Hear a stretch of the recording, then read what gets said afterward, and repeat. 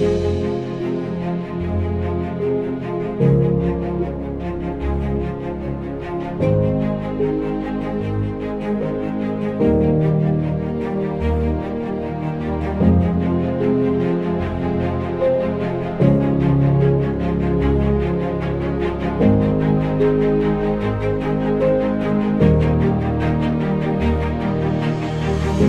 sa volám Ľuboš, som z Martina.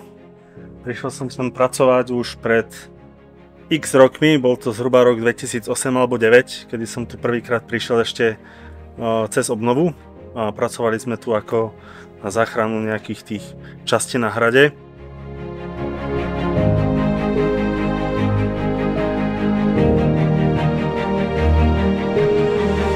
Teraz sa momentálne nachádzame tu na západnom trakte a špárujem tu múrivo, ktoré bolo rozpadnuté.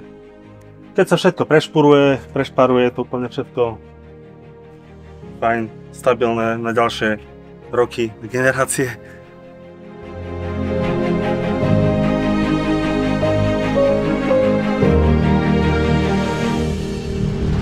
Volám sa Dominik, na Hrušov chodím pomáhať väčšinou, keď mám čas, cez víkendy alebo cez prázdniny. Chodíme tu väčšinou robiť manuálnu prácu, nosíme kamene, približujeme piesok, tiež archeológiu, vykopáva sa vlastne padnutá suť, ktorá padla, väčšinou omietka a s kamením, ktorý sa potom triedí a situje. Táto práca ma baví, pretože pri nej si viem oddychnúť.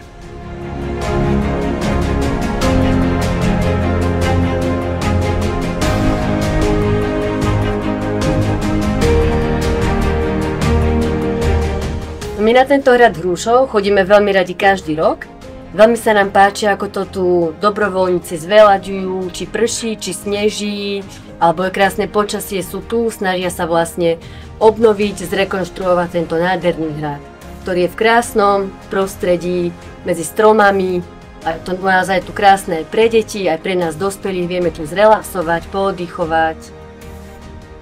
My sme tento rok prvý rok, pridali sme sa ku švagrinke a vybrali sme si to hlavne kvôli tomu, že nám bolo povedané, že je to príjemná prechádzka pre deti, ktoré to vlastne zvládnu. Veľmi sa im tu páči okolitá príroda a tešíme sa, že môžeme deti viesť k prírode a že teda môžu vidieť aj, že ľudia dobrovoľne vo svojom voľnom čase robia niečo dobré, opravujú tento krásny hrad.